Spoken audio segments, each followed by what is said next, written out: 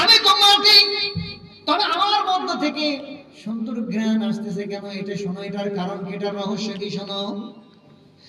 আমি একটা দীর্ঘদিন একটা সুঘ্রান্বিত ফুল গাছের নিচে ছিলাম,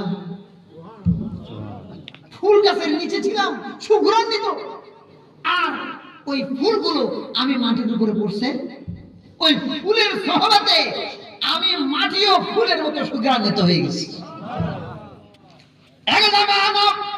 সহবতে বা আউলিয়া বেহতর সদ সালে তাত বেরিয়া আর है ना। আল্লামা শাহ ইসমাইল শহীদ রহমাতুল্লাহি আলাইহি বলেন,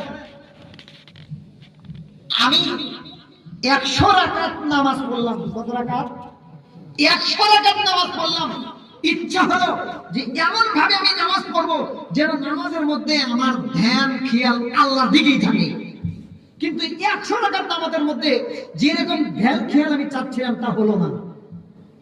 তখন আমি আমার শেখের দরবারে গেলাম, চলে গেলাম শেখের কাছে, যা বললাম, শেখ আমি 100 রাকাত নামাজ পড়েছি, চাচ্ছিলাম আমার ধ্যান খেয়াল যেন আল্লাহর দিকে থাকে, কিন্তু তা থাকে না। তখন শাহ ইসমাইল শহীদ রহমাতুল্লাহ আলাইহি বলেন যে আমার শেখ মুহতারাম আমাকে কিছু বললেন না, তিনি সুন্দর করে ওযু করলেন, করার পরে আমাকে নিয়ে উনি নামাজ, আমার জন্য একটা জানামাজ আর ওনার জন্য